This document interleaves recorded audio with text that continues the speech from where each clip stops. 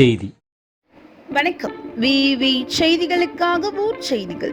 ராணிப்பேட்டை மாவட்டம் நெமிலி அருகே முன்விரோதம் காரணமாக இளைஞர்களுக்கு ஏற்பட்ட தகராறில் இருவர் மீது பெட்ரோல் ஊற்றி தீ வைத்த சம்பவம் பெரும் பரபரப்பை ஏற்படுத்தியுள்ளது.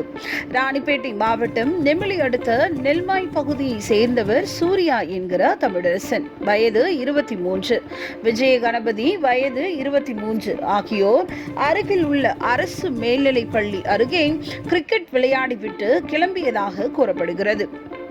அப்பொழுது அங்கு வந்து திருமால்பூர் பகுதியை சேர்ந்த பிரேம் உட்பட்ட 5 பேர் கொண்ட கும்பல் ஏற்கனவே முன்விரோதத்தில் இருந்த சூர்யா என்கிற தமிழரசன் மற்றும் விஜய் கணபதி ஆகியோரிடம் இதன் காரணமாக வாய் தகராறில் ஈடுபட்டதாக கூறப்படுகிறது.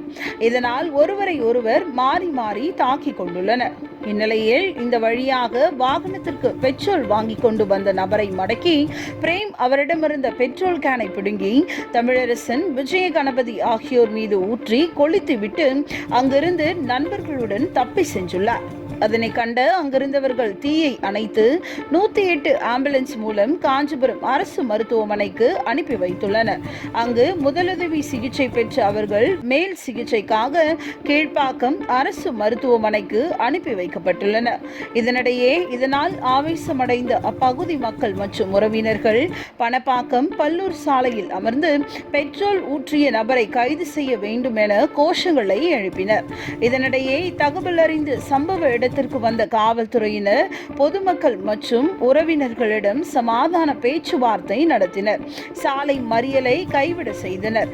இதனிடையே இச்சம்பவத்தில் அசம்பாவிதங்கள் நடைபெறாமல் இருக்க நேற்று இரவு காவல்துறையினர் பலத்த பாதுகாப்பு பணியில் ஈடுபட்டனர். இதனால் அப்பகுதியில் பெரும் பதற்றம் நிலவி வருகிறது.